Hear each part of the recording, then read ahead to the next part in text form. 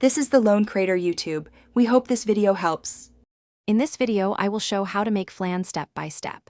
First, let's create that beautiful caramel base. Combine 1 cup of granulated sugar with 1/4 cup of water in a saucepan over medium heat. Stir until the sugar dissolves, then let it simmer without stirring until it reaches a deep amber color. Quickly pour this hot caramel into your chosen baking dish, swirling to coat the bottom evenly. This forms the delicious foundation for your flan. Next, we'll prepare the creamy custard.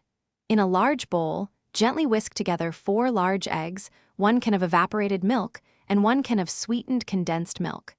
Incorporate 1 teaspoon of vanilla extract and a small pinch of salt to enhance the flavors. For an incredibly smooth flan, strain this mixture through a fine mesh sieve directly into your caramel-lined baking dish. This removes any egg solids, ensuring a perfect texture. Now it's time to bake our flan to perfection. Carefully place your flan dish into a larger roasting pan. This creates a water bath, which helps the flan cook gently and evenly. Pour hot water into the larger pan, ensuring it comes about halfway up the sides of your flan dish. Bake in a preheated oven at 350 degrees Fahrenheit for approximately 50 to 60 minutes, or until the center is just set.